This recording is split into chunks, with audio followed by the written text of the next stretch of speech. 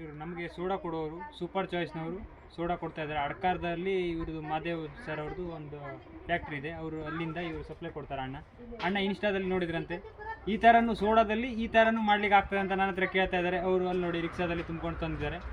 ಆ ಕಡೆ ತೋರಿಸೋಣ ಸರ್. ಇಲ್ಲಿ ರಿಕ್ಷಾದಲ್ಲಿ ಅವರು ನನಗೆ ಕೊಡಲಿಕ್ಕೆ ಬಂದವರು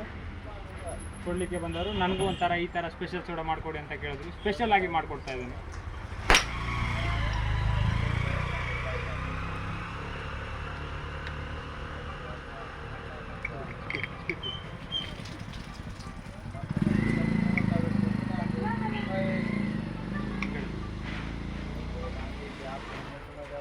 ಸರಿ ಹೇಳಿ, ಯಾವ ಥರ ಟೇಸ್ಟ್ ಯಾವ ಥರ ಇದೆ? ಸೂಪರ್ ಉಂಟು, ಒಳ್ಳೆ ಉಂಟು ಸೋಡಾ.